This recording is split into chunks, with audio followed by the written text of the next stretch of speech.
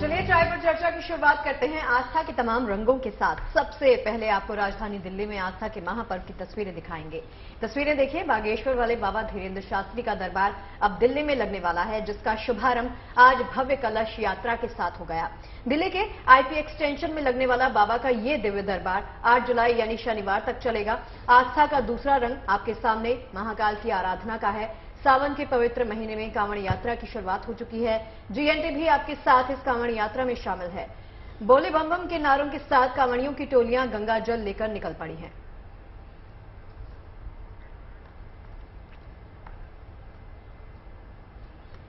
तो चलिए सबसे पहले बात कर लेते हैं हनुमान जी के भक्त आचार्य धीरेन्द्र शास्त्री के दिव्य दरबार की। वैसे तो इसकी शुरुआत कल से होगी, लेकिन उससे पहले आज भव्य कलश यात्रा के जरिए इस कार्यक्रम का शुभारंभ किया गया। बिल्कुल, इस आयोजन के दौरान शुक्रवार को आचार्य धीरेन्द्र शास्त्री का प्रसिद्ध दिव्य दरबार भी लगेगा। लोगों के उत्साह को देखते हुए माना जा रहा है कि इसमें दिल्ली एनसीआर के श्रद्धालु बड़ी संख्या में पहुंचेंगे। श्रद्धालुओं की संख्या को ध्यान में रखते हुए खास तैयारी भी की गई है। यही जिंदगी है, एक रोकर के गुजार रहा, एक हंसकर के गुजार रहा।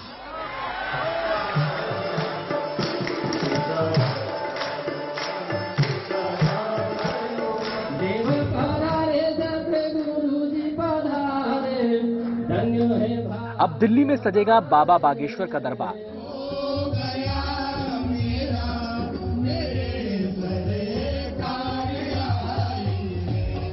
राजधानी में लगेगा आस्था का महामेला।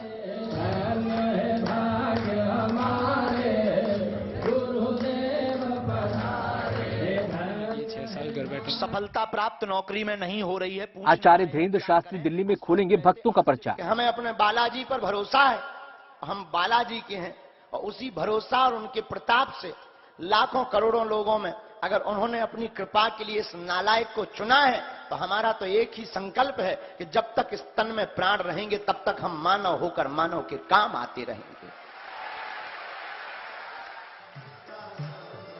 यूं तो बाबा का दिल्ली दरबार कल से शुरू होगा, लेकिन आज भव्य और दिव्य कलश यात्रा के जरिए इस कार्यक्रम का शुभारंभ हो गया है। और अभी हम उस जगह मौजूद है जहां पे धीरेन्द्र कृष्ण शास्त्री जो है कथा वाचन करेंगे। वो आप देख सकते हैं तस्वीरों में कि मंच जो है उसे सजाया गया है। ये वो पंडाल है जहां पे वो कथा वाचन करेंगे और हजारों की संख्या में जो उनके भक्त हैं उन्हें फॉलो करते हैं, वो यहाँ पे कथा को सुनने आएंगे। और आप देख सकते हैं कि कथा की शुरुआत कल से होनी है, लेकिन जो लोग हैं वो आज यहाँ पे आज से ही आके बैठ गए हैं। दिल्ली के आईपी एक्सटेंशन इलाके में बाबा का ये दिव्य दरबार लग रहा है। ये कार्यक्रम 8 जुलाई यानी शनिवार तक चलेगा। आज इसकी शुरुआत भव्य कलश यात्रा के साथ हुई। फिर गुरुवार, शुक्रवार और शनिवार को आचार्य धीरेन्द्र शास्त्री हनुमान कथा करेंगे। ये हनुमान कथा तीनों दिन शाम 4 से 8 बजे तक होगी। शुक्रवार को ही उनका दिव्य दरबार भी लगेगा, यानी जिसमें श्रद्धालु सवाल पूछ सकेंगे। इसका समय दोपहर 12 बजे से 3 बजे तक रहेगा। वहीं शनिवार को 21 कन्याओं का विवाह भी करवाया जाएगा। दिव्य दरबार का आयोजन 7 जुलाई को यहाँ पर रहेगा। 7 जुलाई को 12 बजे से गुरुदेव का दिव्य दरबार इसी मंच के माध्यम से यहाँ पे लगाया जाएगा। आचार्य धीरेन्द्र शास्त्री के इस कार्यक्रम को लेकर श्रद्धालुओं में काफी उत्साह है। माना जा रहा है कि इसमें दिल्ली एनसीआर के श्रद्धालु बड़ी संख्या में यहाँ पहुंचेंगे। ऐसे में आयोजकों ने भी काफी बंदोबस्त किए हैं। देखिए, जिस स्थान की हम बात कर रहे हैं कथा स्थल की, ये स्थान की अगर हम बात करें तो एक रोड की तरफ गाजियाबाद और दूसरे रोड की तरफ यूपी शुरू हो जाता है। तो ऐसा माना जा रहा है कि इसमें लगभग आधी संख्या एनसीआर के क्षेत्रों से आने वाली और लगभग आधी संख्या दिल्ली की होगी। दिल्ली में आचार्य धीरेन्द्र शास्त्री के कार्यक्रम के बाद यूपी के ग्रेटर नोएडा में भी बड़ा आयोजन होगा। यहाँ 10 जुलाई से 16 जुलाई तक उनका दरबार लगेगा।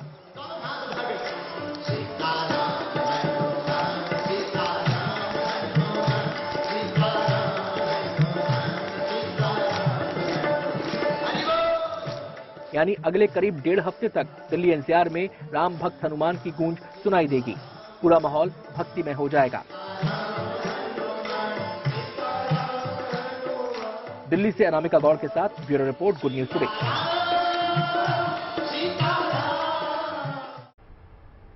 और आपको बता दें कि अब दिल्ली में पंडित धीरेन्द्र शास्त्री का दरबार लगने वाला है, जहां पर हनुमान कथा सुनाई जाएगी। लेकिन उससे पहले आज कलश यात्रा निकली है और वहां पर मौजूद है हमारी संवाददाता अनामिका गौड़।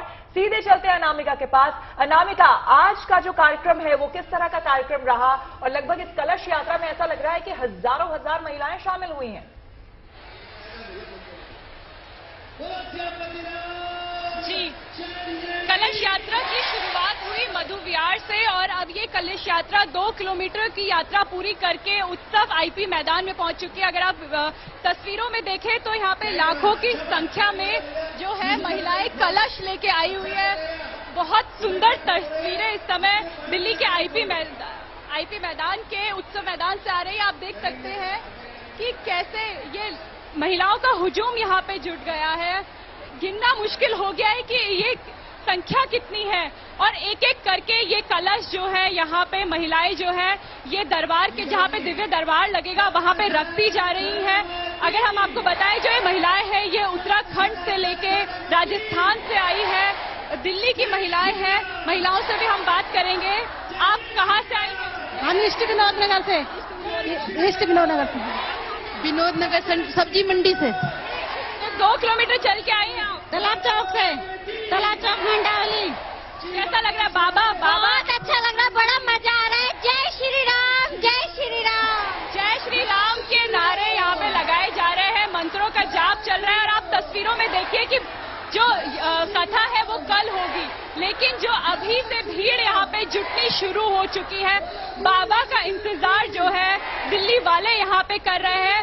ऐसा लग रहा है कि आज से बाबा यहाँ पे कथा सुनाएंगे, लेकिन बाबा जो है कल आएंगे, हनुमान कथा का शुभारंभ करेंगे। परसों जो है बाबा दिव्य दरबार लगाएंगे, लेकिन बाबा का इंतजार जो है अभी से शुरू हो गया है। आप देखिए तस्वीरें, देखिए बेहद सुंदर तस्वीरें यहाँ पे आ रही है। हम और महिलाओं से बात करेंगे। कहाँ से आई हैं आप? खोड़ा से, खोड़ा से। खोड़ा से आई है। यहाँ पे दिल्ली के अलग अलग एरिया से यहाँ पे लोग आए हैं। कहाँ से आए हो आप? मंडावली से। 2 किलोमीटर की यात्रा आपने की। बहुत गर्मी हो रही है लेकिन उत्साह कितना? बहुत अच्छा लग रहा है, बहुत बहुत।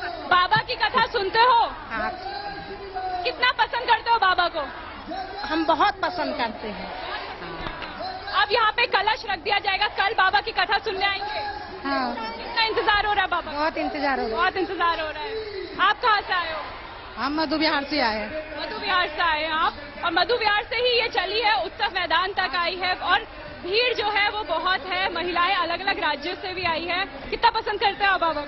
बहुत ज्यादा, बहुत ज्यादा। अनामिका, साथ ही साथ ये भी बताएं क्योंकि कल दरबार लगना है, आज कलश यात्रा हुई है, ये भी बताएं क्योंकि जो हम आपके पीछे की तस्वीरें देख रहे हैं वो वाकई की बड़ी संख्या में लोग वहां पर अभी से जुटना शुरू हो गए। कलश यात्रा यहां पर पहुंच गई है। इंतजाम कैसे हैं? क्योंकि अगर हम दिल्ली के मौसम की बात करें, बहुत ज्यादा ह्यूमिड है कि बहुत बड़ी तादाद में लोग यहां पर पहुंचेंगे सुनने के लिए धीरेन्द्र शास्त्री को। इंतजाम वहां पर किस तरह के किए गए हैं? अभी जो है यहाँ पे कलश यात्रा का समापन हो रहा है। जो ये सभी महिलाएं हैं ये कलश यहाँ पे दे देंगी। इसके बाद प्रसाद बांटा जाएगा। उसके लिए एक अलग से किचन यहाँ पे बनाया गया है। और जो आप पूरा पंडाल देखेंगे, देखिए ना, पूरा पंडाल जो है ये वाटर प्रूफ पंडाल बनाया गया है, क्योंकि दिल्ली में मानसून चल रहा है, कभी भी बारिश हो जा रही है। बारिश इस कथा में जो है अड़चन ना डाले, इसलिए एक बहुत भव्य वाटर प्रूफ पंडाल यहाँ पे लगाया गया है। इस पंडाल में उम्मीद की जा रही है कि 70 से 80 हजार लोग जो हैं आसानी से बैठ सकते हैं। गर्मी हो रही है क्योंकि बहुत भीड़ है, ह्यूमिड बहुत है। आप देख सकते हैं कि थोड़े थोड़े डिस्टेंस में यहाँ पे पंखे भी लगाए गए हैं। मैं अपने विजय से बोलूंगी तस्वीरों में दिखाएं। कूलर लगाया गया है, पंखे लगाए गए हैं, ताकि जो कथा सुनने यहाँ पे लोग आ रहे हैं, हालांकि कथा दिल्ली में हो रही है लेकिन जो लोग हैं वो बंगाल, भारत के अलग अलग राज्यों से यहाँ पे आने शुरू हो गए। हमने देखा पटना में भी जब बाबा की कथा हुई तो लाखों की संख्या में भीड़ उमड़ पड़ाई, और वही अब दिल्ली के लिए भी देखा जा रहा है। इसी चक्कर में जो दिल्ली पुलिस है, उन्होंने सुरक्षा के पुख्ता इंतजाम किए हैं। 1200 पुलिसकर्मी जो दिल्ली पुलिस के वो यहाँ पे लगाए गए हैं, और जो 2000 वॉलेंटियर हैं इस कथा के लिए वो लगाए गए हैं। पानी का इंतजाम यहाँ पे वो कर रहे हैं, खाने पीने का इंतजाम वो कर रहे हैं। बिल्कुल, बहुत बहुत धन्यवाद आपका अनामिका तमाम जानकारी के लिए। तो कल से बाबा धीरेन्द्र शास्त्री यानी पंडित धीरेन्द्र शास्त्री का जो है वो कार्यक्रम शुरू होने वाला है और उसकी ये तमाम तैयारियां आपको हमने दिखाई। और अब बात कर देते हैं सावन की छठा की, जी हाँ, जिसके आते ही कांवड़ यात्रा भी शुरू हो गई है। जगह जगह श्रद्धालु बम बम भोले के जयकारों के साथ गंगा जल लेने यात्रा पर निकल पड़े हैं। हर तरफ बोल बम के नारे गूंज रहे हैं। और इस बीच जीएनडी ने भी देश कल्याण के लिए कांवड़ यात्रा की शुरुआत कर दी है। हमारे संवाददाता मनीष चौरसिया भी कांवड़ लेकर हरिद्वार की ओर निकल पड़े हैं। तो कैसी है सावन में कांवड़ की रौनक, देखिए आप भी।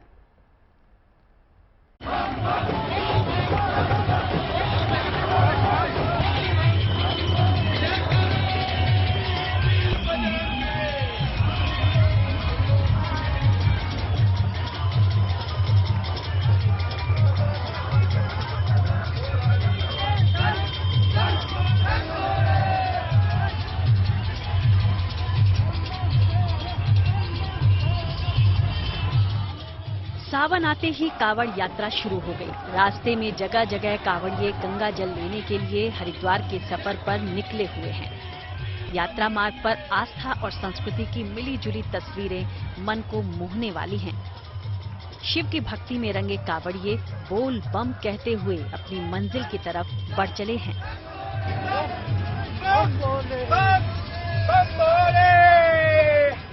दिल में अपनी अपनी मनोकामनाएं हैं। सावन के पावन महीने में भोले बाबा को गंगा जल चढ़ाकर आशीर्वाद जो पाना है। इसी बीच गुड न्यूज टुडे भी देश में सबके कल्याण की कामना लिए कांवड़ यात्रा में शामिल हुआ। हमारे संवाददाता मनीष चौरसिया इस कल्याण यात्रा के पथ पर आगे बढ़ रहे हैं और वो पहुंचे छोटा हरिद्वार।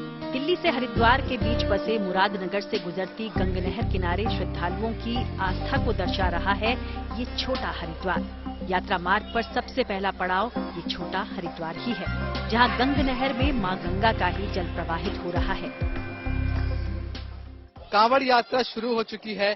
धीरे धीरे आप देखिए यहाँ पर भी तमाम इंतजाम किए जा रहे हैं। चारों तरफ कांवड़ यात्रियों के हिसाब से किनारे किनारे बल्लियां लगाई जा रही हैं। एक तरह से बैरिकेडिंग की जा रही है कि इसके आगे जाना मना है।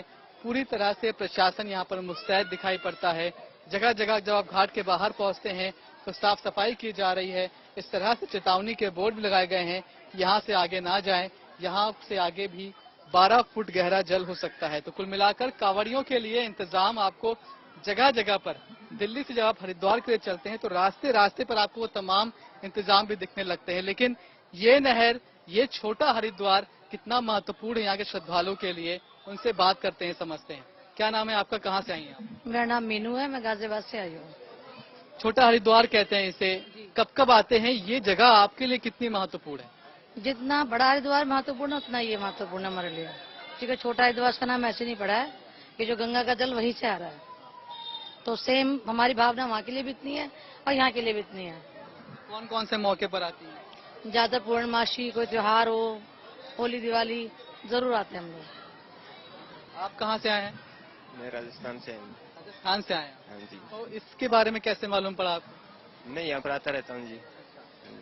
अरे अभी तो सावन का महीना चल रहा है, हरिद्वार में भोले बाबा का, तो यहाँ का पवित्र स्थान है। कावड़ी आएंगे, दूसरा पड़ाव यहीं रहेगा। बहुत अच्छा लगता है यहाँ के।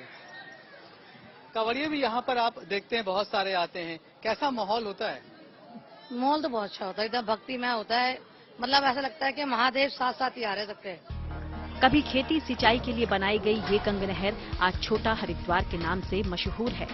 कांवड़ यात्रा का ये पहला पड़ाव मां गंगा में आस्था रखने वालों के लिए काफी अहमियत रखता है। भक्तों की भावना है कि कहते हैं कि जब कांवड़िए यहाँ आते हैं तो ऐसा लगता है कि महादेव ही साथ साथ चल रहे हैं। बिल्कुल महादेव साथ चलते हैं, हर उस कांवड़िए के साथ चलते हैं जो उनकी भक्ति में सराबोर होकर जल लेने हरिद्वार पहुंचता है और फिर वापस वो अपने उस जगह पर पहुंचेगा जहां उसे महादेव पर जल चढ़ाना है। तो कुल मिलाकर श्रद्धा का ये पहला स्टॉप जब हम दिल्ली से चले तो ये छोटा हरिद्वार है। आगे यात्रा बहुत लंबी है और भी ऐसे ही तमाम शिव भक्तों से मुलाकात इस यात्रा में होती रहेगी। तो गुड न्यूज टुडे सावन के महीने में कांवड़ यात्रा और उससे जुड़ी ऐसी ही कई और रंग बिरंगी तस्वीरों को आप तक पहुंचा रहा है। वहीं कांवड़ यात्रा के दौरान गाजियाबाद में परिवहन विभाग ने खास इंतजाम किए हैं, क्योंकि विभाग भी कांवड़ियों की इस यात्रा का गवाह बनना चाहता है। इसलिए परिवहन विभाग ने कांवड़ यात्रा के लिए विशेष तौर पर 250 बसें चलाने का इंतजाम किया है। ये बसें गाजियाबाद के अलावा कौशाम्बी, बुलंदशहर और खुर्जा बस अड्डों से भी चलाई जाएंगी। इनमें से कई बसों को सावन की शुरुआत के साथ ही सड़कों पर भी उतार दिया गया है। ये सुविधा उन श्रद्धालुओं के लिए फायदेमंद होती है जो पैदल नहीं जा पाते या फिर अपने वाहनों से नहीं जाते। ऐसा करने से धर्मनगरी हरिद्वार में वाहनों की भीड़ से भी काफी राहत मिलती है। गाजियाबाद के अलावा नोएडा पुलिस और प्रशासन ने भी कांवड़ियों की सुविधा के लिए अलग अलग जगहों पर पंडाल बनवाए हैं। साथ ही सीसीटीवी से भी पूरे इंतजामातों पर नजर रखी जा रही है। रूट में पड़ने वाले रास्ते उनको ठीक किया गया है। इलेक्ट्रिक सेफ्टी, रोड के जो पोल्स होते हैं, ट्रांसफार्मर होते हैं, उनकी सेफ्टी को चेक करवाया गया है। रास्ते में जो घास और अन्य इस तरह की समस्या है उनको भी सॉर्ट आउट किया गया है, उसको भी डिसॉल्व करने की कोशिश की गई है। एक ITMS के माध्यम से एक स्पेशल कावड़ विंडो तैयार की गई है, जिसमें जितने भी रास्ते में पड़ने वाले CCTV कैमराज है उनको इंटीग्रेट किया गया है। और हम लोग ICCC के माध्यम से भी सभी कावड़ के रूट्स को वॉच करेंगे। इसके अलावा IP बेस्ड कैमरेज भी लगाए गए हैं। कावड़ शिविरों पे भी व्यवस्था की गई है। लोगों के साथ लगातार संवाद बनाए रखा जा रहा है। फिलहाल तो हरिद्वार हो या छोटा हरिद्वार, कांवड़ यात्रा मार्ग पर भोले के जयकारे गूंज रहे हैं। कांवड़ यात्रा की रंग बिरंगी छटा और उससे जुड़ी अगाध आस्था से सराबोर श्रद्धालुओं के साथ GNT भी अपनी इस यात्रा पर निकल पड़ा है। मुरादनगर से मनीष चौरसिया के साथ bureau report, good news today. तो जैसा कि आपने देखा, हमारे संवाददाता मनीष चौरसिया भी कांवड़ लेकर हरिद्वार की तरफ निकल चुके हैं। मनीष से ही बात करते हैं। मनीष, आज पहले जत्थे के साथ आप भी निकले हैं, कैसा है आपका एक्सपीरियंस? क्या आपने इससे पहले कांवड़ उठाया है? जी नहीं, बिल्कुल कभी नहीं। इसके पहले मैं कभी नहीं गया, लेकिन अच्छा है कि उम्र के 30वें पड़ाव पर आते आते मुझे ये मौका मिला, ये मौका दिया है गुड न्यूज टुडे ने। और हम उन तमाम दर्शकों को मौका दे रहे हैं जो अपने घर में हैं, किन्हीं वजहों से नहीं निकल पा रहे हैं, उन्हें मैं एक्सपीरियंस कहूंगा कि कैसी यात्रा होती है, कैसी कांवड़ यात्रा होती है। आप तस्वीरें देखिए, सारे भोले के भक्त हैं और हरिद्वार से जल लेकर वापस अपने घरों की तरफ, अपने गांव की तरफ बढ़ रहे हैं। और सबसे खास बात यह है कि अक्सर आप भक्तों को भोले के रंग में रंगा हुआ देखते हैं, लेकिन अभी मैं आपको एक तस्वीर दिखाता हूं जिसमें दिखाई पड़ेगा कि कैसे खुद भगवान भक्तों के रंग में रंगे हुए। देखिए, ये एक भोले की मूर्ति है, कावड़ है, और कैसे इसमें भोलेनाथ को भक्तों ने चश्मा लगा दिया है, सनग्लासेस लगा दिए हैं। तो लोग कहते हैं कि भक्त भोले के ईश्वर के रंग में रंगते, लेकिन यहाँ पर खुद ईश्वर भक्तों के रंग में रंगे हुए हैं। जो लोग इसे लेकर चल रहे हैं उनसे ही बात करते हैं। कहाँ से आए आप लोग? क्या नाम है आपका? करमवीर। कहाँ से आए आप? क्या नाम है आपका? अभी हम हरियाणा में पलवल डिस्ट्रिक्ट से आए हुए हैं।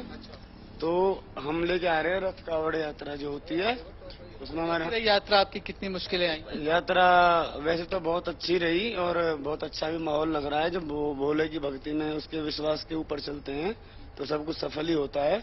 बाकी थोड़ी परेशानी। टीम में कितने लोग हैं? लगभग 12 से 14 लोग हैं। अब ये बताओ कि ये भोलेनाथ को सनग्लासेस या चश्मे लगाने का आइडिया किसका था? ये सभी एक दो बंदे थे और फिर बोलने लगे, उन्होंने सबके मतलब सभी का फिर राय हो गया कि हाँ लगा दो, अच्छा लग रहा है भोला, हमारा भोला भी फिल्मी होना चाहिए। ब्लू मैच कर रहे हैं। यस, ठीक है। तो अब यहाँ से आप लोग कहाँ जाएंगे? हरियाणा, पलवल। तो कब तक पहुँच जाएंगे? कितनी यात्रा कर ली आपने? भी कितनी बाकी है? कितने किलोमीटर यात्रा बाकी है? अभी 50 किलोमीटर की है, तकरीबन 170 किलोमीटर बाकी है अभी। रास्ते में किस तरह से आप लोग कहाँ ठहरते हैं, क्या खाते हैं, क्या पीते हैं? अब वो खाना बना लेते हैं, हमारे पास है खाना बनाने के लिए। अच्छा, हाँ, पूरी व्यवस्था खुद लेकर चलते हैं। हाँ। ऐसा कोई खास वजह? क्योंकि जगह जगह शिविर तो है ही नहीं, ऐसी कोई खास वजह नहीं है। अब शिविर नहीं मिले, बच्चों को भूख लगे तो कहीं तो देना पड़ेगा, इसलिए। ये देखिए, ये पूरी जो टीम है, हरियाणा की टीम है, और ये अपने साथ किस तरह से देखिए, इन लोगों ने तो अपना इंतजाम कर रखा है, लेकिन वो कावड़ जो अपने साथ इंतजाम लेकर के खाने पीने का नहीं चल रहे हैं, उनके लिए क्या किस तरह की व्यवस्था एडमिनिस्ट्रेशन की तरफ से भी की गई है, या फिर कई समाज सेवी है वो भी सामने आते हैं? देखिए, मैं सुबह से दिल्ली से निकला हुआ हूं, बहुत रुक कर आया हूं और रुका उन्हीं शिविर में हूं जहां जो शिविर बनाए गए हैं। ये जो रास्ता मैं आपको दिखा रहा हूं, ये डेडिकेटेड कांवड़ मार्ग है, मतलब इस रास्ते से सिर्फ कांवड़िए निकलेंगे। और इसका कहने का मतलब ये भी है कि इस रास्ते पर वो तमाम सारे इंतजाम किए जाएंगे या किए जा रहे हैं, कई जगह हो भी गए हैं, जिनसे कांवड़ियों को सुविधा हो, उनकी जो दिक्कतें हैं रास्ते की वो दूर हो सके। बहुत सारे शिविर में हम लोग गए, उन शिविर में खाने पीने का अच्छा इंतजाम था, उनके रुकने का, उनके ठहरने का, गर्मी से बचने का अच्छा इंतजाम था। और खास बात यह कि खाना ऐसा नहीं कि उन्हें कुछ भी बनाकर खिलाया जा रहा है, खाना बिल्कुल हाइजीनिक तरीके से, और कौन सा खाना खाने से जो आपको रास्ते में नुकसान ना करे, मतलब कम तेल कम मसाले का, इन सारी बातों का ख्याल हर कोई, हर शिविर के लोग रख रहे हैं। देखिए कुछ महिलाएं भी दिखाई पड़ रही हैं। जय बोले। जय बोले। कहाँ से आई आप? बावल के पास पर। अच्छा, तो जल ले लिया, अब वापस जा रही हैं। आप वैसे आए। तो मनीष लोग कहते हैं तो कि चलिए घर शिव की भक्ति में परिवार लीन की है ही, आप भी पूरे शिव भक्ति में लीन दिखाई दे रहे हैं। टी शर्ट पे जो हर हर महादेव लिखा है ना, वो वाकई कमाल का है। चलिए बहुत बहुत शुक्रिया आपका इस पूरी बातचीत के लिए। आपने श्रवण कुमार की कहानी बचपन में पढ़ी और सुनी जरूर होगी, लेकिन आज हम आपको ऐसे दो भाइयों से मिलवाने जा रहे हैं जिन्हें इस दौर का श्रवण कुमार कहा जाए तो गलत नहीं होगा। सावन के इस पावन महीने में शिव भक्त कावड़ लेकर निकल रहे हैं, लेकिन ये दोनों भाई शिव भक्ति के साथ साथ मातृ भक्ति भी कर रहे हैं। कहानी है शामली के दो भाइयों की, जो अपनी मां की इच्छा पूरी करने के लिए उन्हें हरिद्वार ले आए।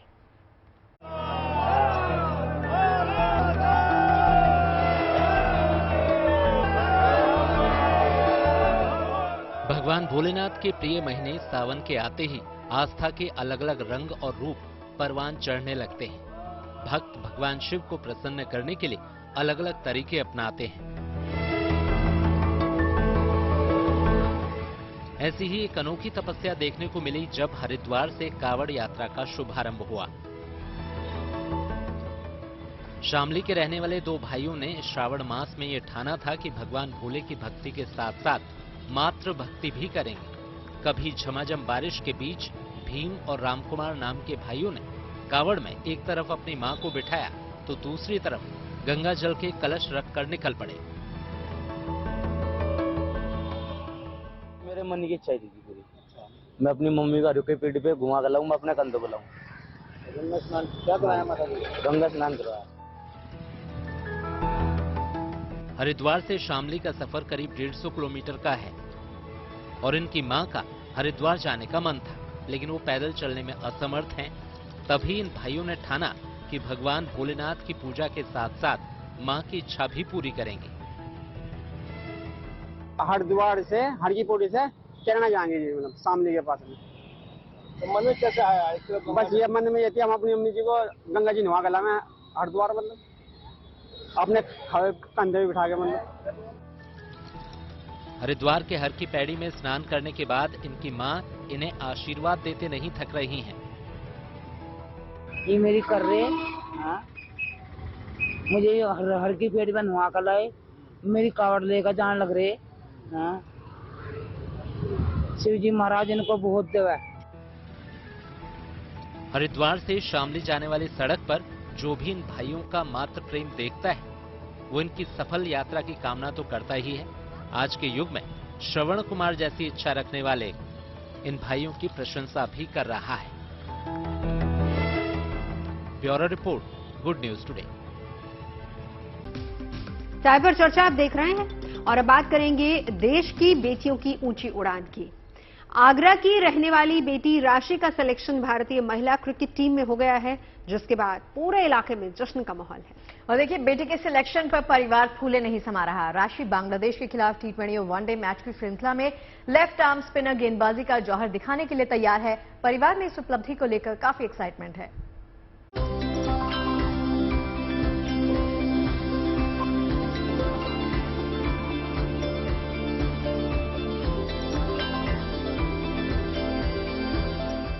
इस आंगन में खुशियों का डेरा है, क्योंकि घर की बेटी के जुनून और कामयाबी ने परिवार का सिर फक्र से ऊंचा कर दिया है। आगरा की रहने वाली राशि कनौजिया भारतीय महिला क्रिकेट टीम का हिस्सा बन गई हैं। राशि बांग्लादेश के खिलाफ T20 और वनडे मैच की श्रृंखला में लेफ्ट आर्म स्पिन गेंदबाजी का जौहर दिखाने के लिए तैयार हैं। परिवार में इस उपलब्धि को लेकर जबरदस्त उत्साह है। बेटी हमारी बॉम्बे में, बेटी ने हमको फोन करके बताया, मम्मी मेरा सिलेक्शन इंडिया टीम में हो चुका है। हमको बहुत खुशी हुई, इतनी खुशी हुई कि सर हमारा भगवान ही जानता है। और हमारे आस पड़ोस के लोग, सब लोग बहुत खुशी हो रहे हैं। हमारे रिश्तेदार, हमारे भाई बहन और हमारे समाज के लोग खूब बधाइयाँ आ रही हैं। सब सबसे बधाइयाँ, हम बहुत खुश हो रहे हैं। राशि कनौजिया का परिवार आगरा के नामनेर में एक छोटे से मकान में रहता है।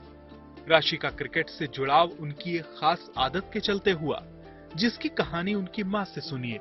जब ये छोटी थी तो ये लेफ्ट हैंड ज़्यादा यूज़ करती है, तो इनके एक ट्यूटर उन्होंने कहा कि अरे मैडम आपकी बेटी तो ऐसा लगता है क्रिकेटर बनेगी, ये उल्टे हाथ से लिखती पढ़ती है। मैंने उनकी बात पे गौर किया और हमारे आगरा में एक क्लब स्टेडियम है, वहाँ पर उसको एडमिशन दिला दिया। इस तरह से वो खेलती रही। राशि के लिए यह कामयाबी अभी बस पहला पड़ाव है। उम्मीद यही कि राशि जीत का सेहरा बांधकर जल्द घर वापस आएंगी। आगरा से Arvind Sharma, good news today. बात शाहरुख खान की, जो अमेरिका से भारत लौट आए हैं। हम आपको बता दें कि शाहरुख खान के करीबियों ने उनकी चोट और सर्जरी से जुड़ी खबरों को खारिज कर दिया है। पहले खबर आई थी कि शाहरुख को अमेरिका के लॉस एंजलिस में शूटिंग के दौरान नाक पर चोट लग गई थी और अब उनकी सर्जरी हुई थी। लेकिन अब शाहरुख के करीबियों की तरफ से ऐसी खबरों को खंडित किया गया है। मुंबई एयरपोर्ट पर शाहरुख को स्पॉट किया गया।